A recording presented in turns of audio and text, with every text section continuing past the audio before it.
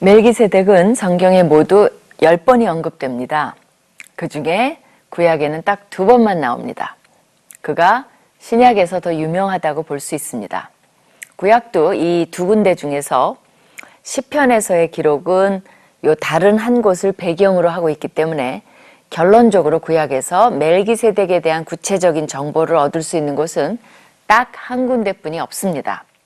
창세기 14장입니다. 멜기세덱을 이해하기 위해서는 먼저 창세기 14장의 배경부터 이해해야 합니다. 14장에는요, 2가지의 이야기가 나옵니다. 하나는 전쟁에 대한 이야기입니다. 또 다른 하나는 전쟁 후에 아브라함과 두 왕들과의 만남에 대한 이야기입니다. 어쩌다가 아브라함은 전쟁에 휘말리게 된 것일까요?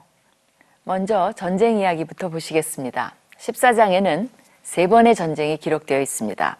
첫 번째는 동방의 4왕들이 서방의 5 왕들과 전쟁해서 이겨서 12년 동안 서방 왕들을 지배한다는 이야기입니다. 이 동방의 나라들을 살펴보면요, 신할과 엘라살과 엘람과 고임입니다. 차례로 살펴보시면 신할은 바벨론을 가리킵니다. 엘라살은 아슈르라는 도시로 보기도 하고요. 또 사해에서 발견된 사해사본 중에 창세기 위경이라는 것이 있는데요. 거기에는 엘라살이 현재 터키에 위치한 카파도기아로 번역이 되어 있어서 그렇게 보는 견해도 있습니다.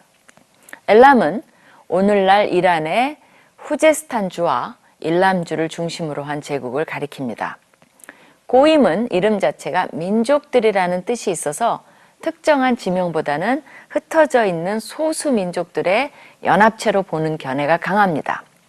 그러니까 이들 분포도를 보면 현재 터키, 이란, 이라크 지역의 왕들이 쳐들어온 것입니다. 이 동방의 왕들의 이름은 히브리어로 보면요, 알파벳 순서로 소개가 되어 있습니다.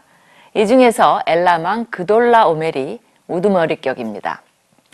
이제 이 서방의 왕들은 소위 말하는 이 평야의 5개 도시들로 소개가 되어 있습니다. 소돔, 고모라, 아드마, 스보임, 소알입니다. 그리고 서방의 왕들의 이름은요, 자음 맞추기법으로 기록이 되어 있습니다. 말하자면 베라와 비르사, 비읍 비읍이죠. 시납과 세메벨, 시옷 시옷 이렇게 소개가 되어 있습니다. 이거 참 저자가 전략적으로 잘 소개를 했죠. 마지막 소알왕의 이름은 나와 있지 않습니다. 아마도 저자가 사용한 자료에 그 이름이 없었던 것 같습니다.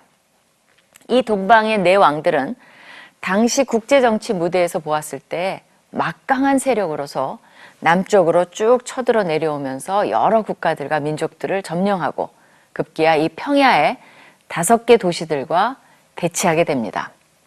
전쟁의 동기는 이들 5개 도시들이 12년 동안 조공을 바치다가 13년째 배반하고 나섰기 때문입니다.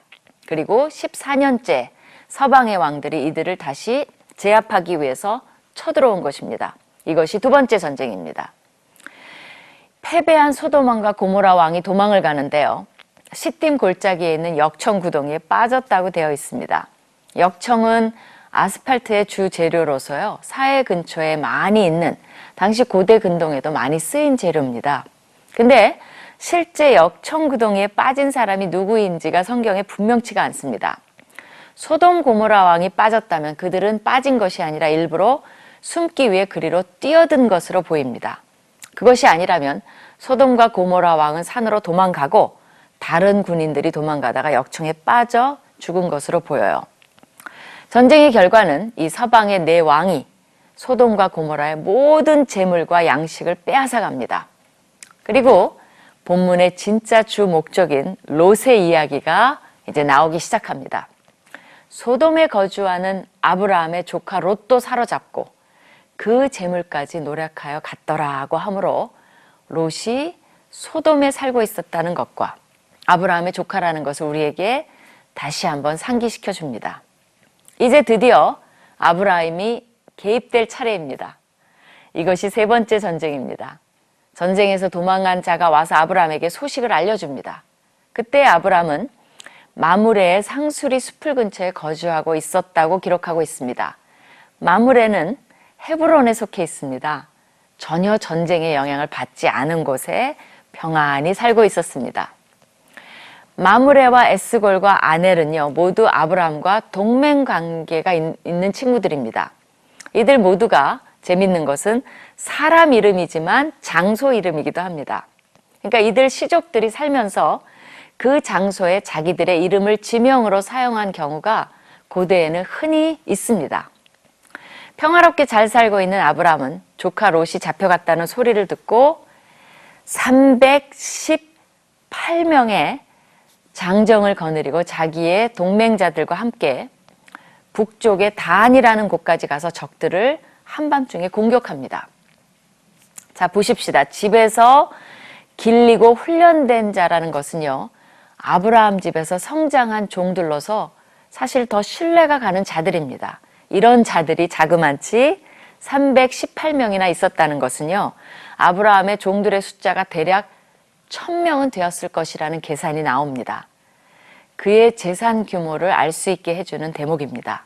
하나님이 아브라함에게 복 주신 것을 엿볼 수 있는 대목이기도 합니다. 아무리 그래도 아브라함은 사병을 거느렸고 저쪽은 4명의 왕들의 군대입니다. 그래서 아브라함은 정면 대결보다는 이제 자기 사병들을 둘로 나누어서 밤중에 급습 작전을 편 것으로 보입니다. 결과는 그들을 시리아의 다메섹 더 북쪽에 있는 호바까지 추격해서 약탈당한 재물을 다 뺏어오고 다시 빼앗아 오고 조카 롯과 그의 모든 소유와 붙잡혀간 사람들을 모두 되찾아옵니다. 아브라함은 소유만 되찾아온 것이 아닙니다. 붙잡혀간 사람들과 중심인물인 조카 롯도 되찾아옵니다. 애당초 롯 때문에 간 것이죠. 이렇게 해서 아브라함은 졸지에 국제전쟁에 휘말리게 되며 믿지 못할 정도로 멋진 승리를 거두게 됩니다. 아브라함의 승리의 원천이 누구신지를 알게 해주는 대목이기도 합니다.